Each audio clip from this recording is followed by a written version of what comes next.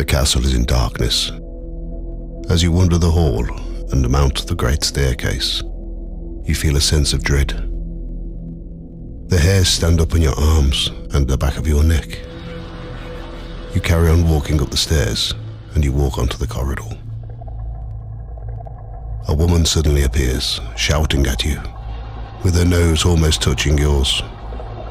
You run back down the stairs, back into the dark corridor.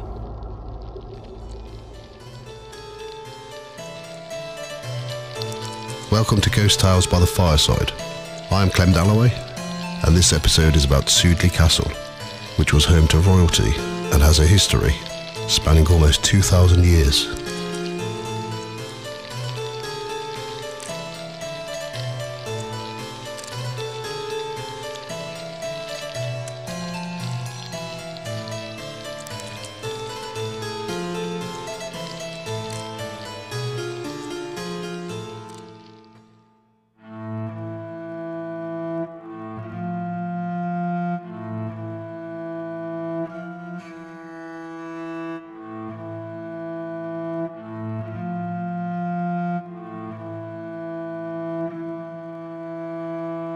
Sudeley Castle stands near the market town of Winchcombe in the Cotswold Hills of Gloucestershire.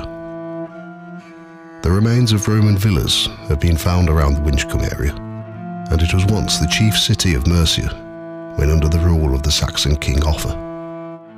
Famous for the building of Offa's Dyke, the barrier he had built to prevent the Welsh from invading the county. In 798, Winchcombe Abbey was founded by King Cenulf of Mercia, and at the time of his death in 1821, it was one of the wealthiest foundations in England, with 300 monks. Cenulf had a son, Kenelm, who was only 7 years old when his father died. A story tells that he was left with his older sister, Gwendrida, who was said to have been an evil woman. She was said to have bribed Kenelm's tutor, Askbert, to take Kenelm on a hunting expedition and murder him. Askbert killed the child. He removed his head and buried him in the woods. A white dove is said to have dropped a parchment at St. Peter's in Rome, which told of the crime. The parchment read, "In Clent, cow pasture under a thorn. Ahead, bereft, lies Kenelm, king born and a guiding light." The story was published in the Winchcombe and Sudeley Record in June 1894, and it read, "This villainy, so secretly committed in England, was miraculously revealed in Rome by a white dove that dropped a parchment on St. Peter's. On this evidence, great multitudes assembled. A pillar of light appeared over the grave of Kenelm, to which they were guided by a white cow, which used to frequent the valley, which afterwards became known as the Valley of the White Cow." Gwendrida didn't know anything about this until an angry mob came to take her to the makeshift grave, where her brother's body lay. As the mob approached her, she was singing from a psalter that she was holding. Her eyes were torn out, and the blood fell onto the psalter onto a verse that read, "This is the work of them who defame me to the Lord, and who speak evil against my soul." The body of Kenelm was wanted by both Gloucester and Worcester as holy relics, but his remains went to Winchcombe Abbey, where a shrine was built that drew many visitors, and many miracles were witnessed. Kenelm was venerated as a saint. 2 stone coffins that are believed to be the remains of Cenulf and Kenelm are now in Winchcombe Parish Church. One of the miracles witnessed was the appearance of a spring called Kenelm Spring, which today supplies Sudeley Castle with water.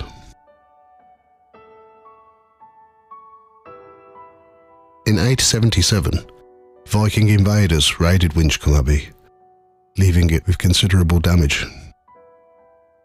King Ethelred the Unready gave the Saxon estate and manor to his daughter Goda, after she married Walter de Mont. Goda and Walter's son, Ralph, became the Earl of Hereford. Ralph had a son called Harold, who is recorded as being the holder of Sudeley in the Domesday Book, but his earldom was taken away from him by William the Conqueror. The Domesday entry reads, held by Harold de Sudeley, taxed at 12 hides. There were 31 plough villages, whereof 4 were demesne, 6 water mills, and a wood 3 leagues long by 4 leagues wide.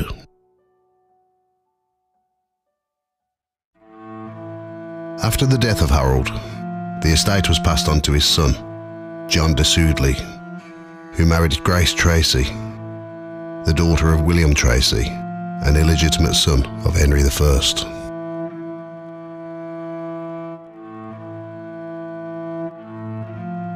In 1139, the manor house was fortified, as John joined Matilda in her attempt to gain the crown of England against King Stephen.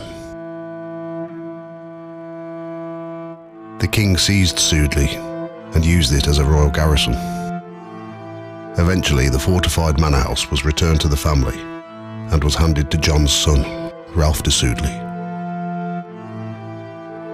By 1367, the estate was held by John, 9th Lord of Sudeley, who was killed in Spain while fighting for Edward, the Black Prince, son of Edward III. Sudeley was then passed on to John's sister, who married into the Boteler family.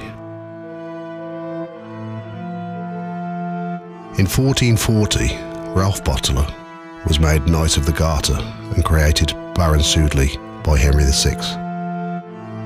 He was a military commander and a member of the king's household under Henry V and Henry VI. He built the Sudeley Castle we see today on its present site. The older manor house is believed to have stood where the current gardens are. The building originally had a moat and had quarters for servants and men-at-arms. The chapel and tithe barn were also built around this time. A few years after building the castle, Ralph Boteler was appointed Treasurer of the Exchequer and High Treasurer of England. Boteler was a Lancastrian supporter, and during the War of the Roses, in 1469, King Edward IV forced him to sell Sudeley Castle.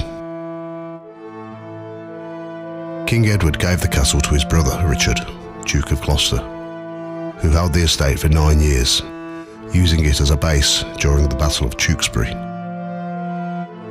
In 1478, Richard exchanged Sudeley for Richmond Castle in Yorkshire. After the death of King Edward IV, Richard ascended to the throne as Richard III. He once again became the owner of Sudeley. Richard was killed in 1485 at Bosworth Castle, which brought an end to the War of the Roses, and the crown of England went to Henry VII, which was the start of the Tudor dynasty. Henry gave Sudeley Castle to his uncle, Jasper Tudor, Duke of Bedford, who died in 1495, and the castle was returned to the crown. King Henry VIII and Anne Boleyn visited the castle from the 21st to the 26th of July, 1535. During his time there, he met with Thomas Cromwell at Winchcombe Abbey to discuss the dissolution of the monasteries, which would be the fate of Winchcombe Abbey. After the death of Henry VIII, his son Edward gave the castle to his uncle, Sir Thomas Seymour, appointing him Lord of Sudeley and High Admiral of England. Thomas took an interest in the young Princess Elizabeth, but she said no when he proposed to her. He then moved on to her stepmother, Catherine Parr. Thomas Seymour and Catherine Parr courted before she met the king. Catherine had been married and widowed twice before the age of 30. In 1547, Thomas and Catherine married in a secret ceremony. Thomas Seymour refurbished the castle in 1548, and he and Catherine moved in, accompanied by Lady Jane Grey. Thomas continued to flirt with the young Elizabeth, who would have only been 15 at the time.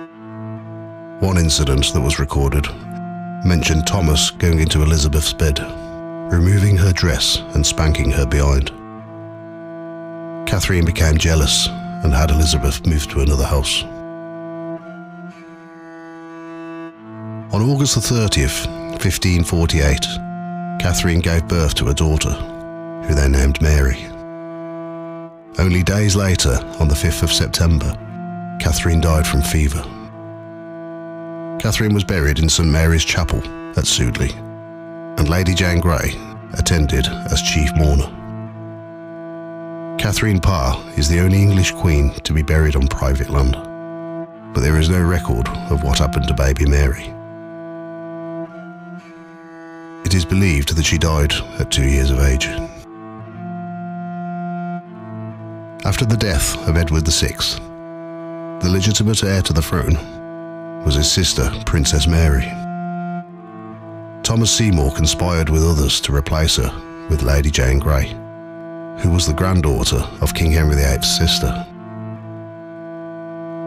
Thomas was executed on the 20th of March, 1549, and convicted with 33 counts of treason. In 1554, Queen Mary I granted the castle and estate to Sir John Bridges, creating him Baron Chandos of Sudeley, whose descendants held the castle for the next 100 years. During that time, in 1592, Queen Elizabeth stayed at Sudeley for a 3-day celebration with the third Lord Chandos to celebrate the defeat of the Spanish Armada. It has been described as one of the longest parties in history. On the 22nd of August, 1642, George, 6th Lord Chandos, declared his support to King Charles I during the English Civil War. His servants and tenants were all armed. Then they marched to join Charles at Shrewsbury, while his brother was left at Sudeley to take command of the castle. The castle was surrendered in January 1643 to Colonel Massey and his Roundhead troops.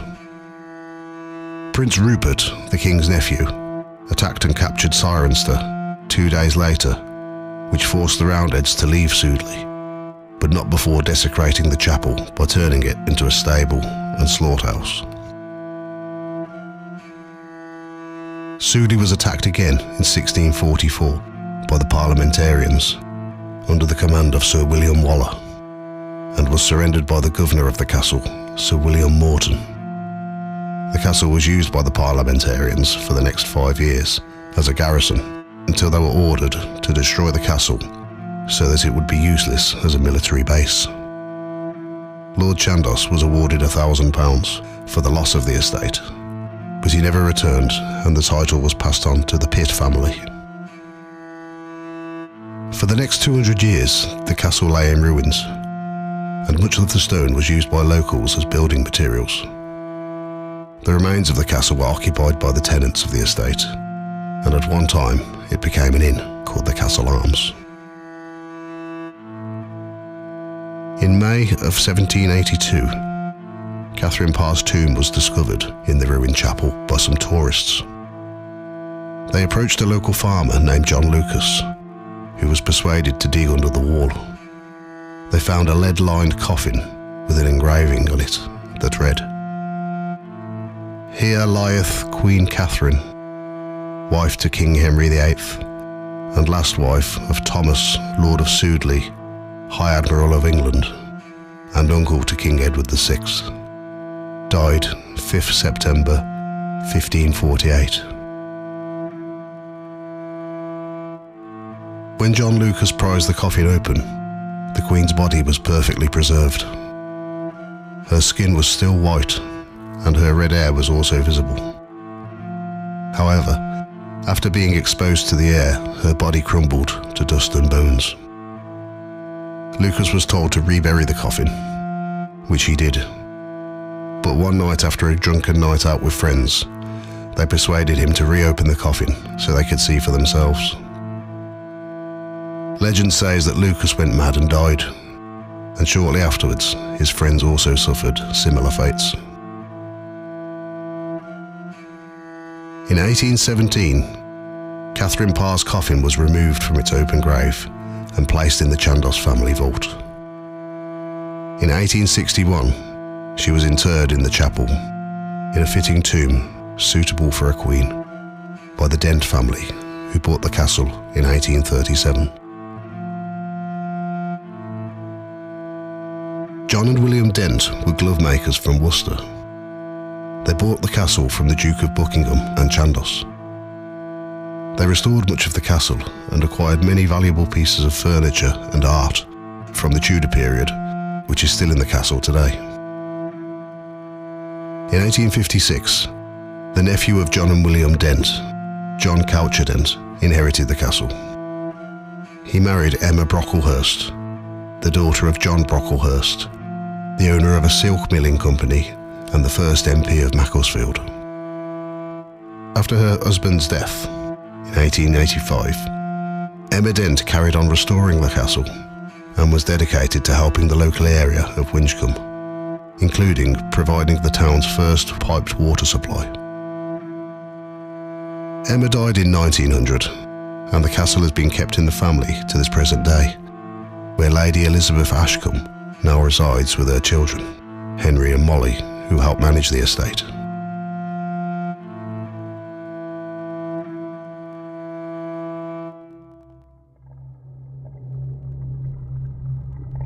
A tall lady in a long green dress has often been seen around the castle nursery, sometimes accompanied by the sound of a child crying.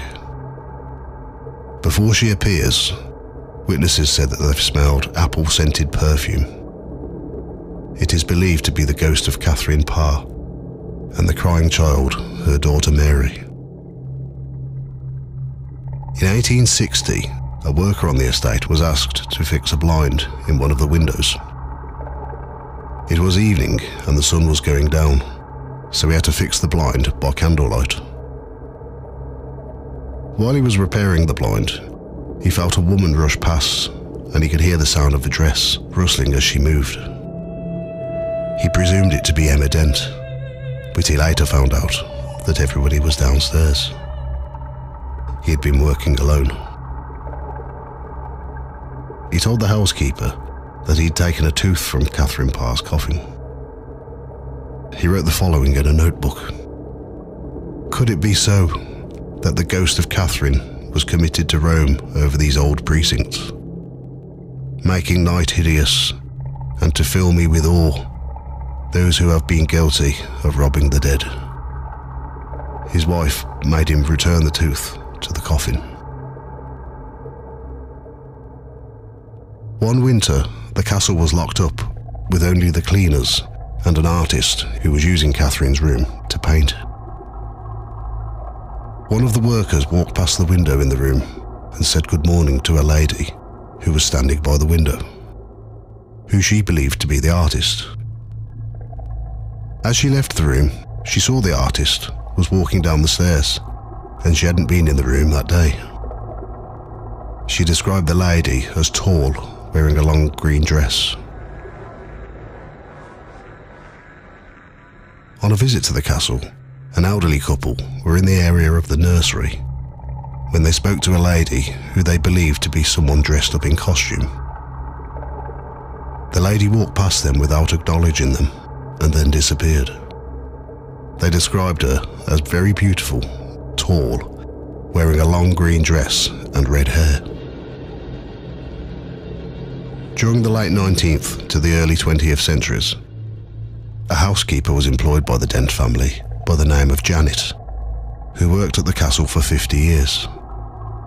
Janet was a Scottish lady who was strong-minded and highly efficient at her job.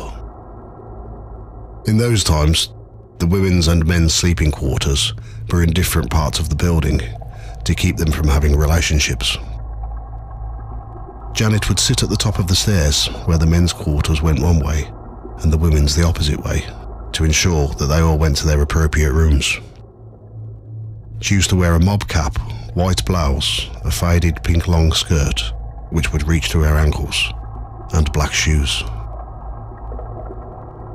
In 1993, a group of teenagers from a local school visited the castle when one of the teenagers wandered off on her own.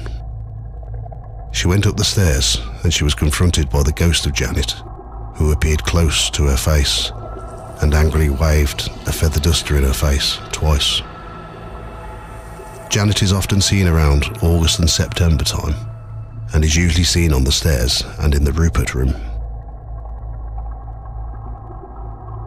The Tithe Barn has its own ghost. A woman in her 20s has been seen often. She wears a long white dress and has long auburn hair. She is seen playful and happy and is believed to have stayed at the castle once on holiday and had a holiday romance. People believe that she secretly met her lover in the barn. A small black dog has been seen many times by visitors, which is believed to be the pet of Prince Rupert, who was killed in a siege during the Civil War. Other ghosts that have been seen are a young blonde-haired boy in the garden, a blacksmith who hammers away in the night in the vault, and many guests have been woken up in the night by the weight of someone sitting on the bed.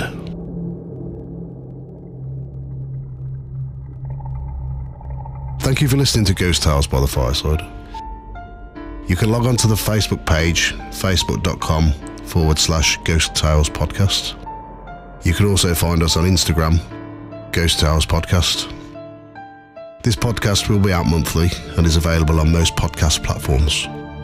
All music, research, writing, production, art and sound effects are all my own work.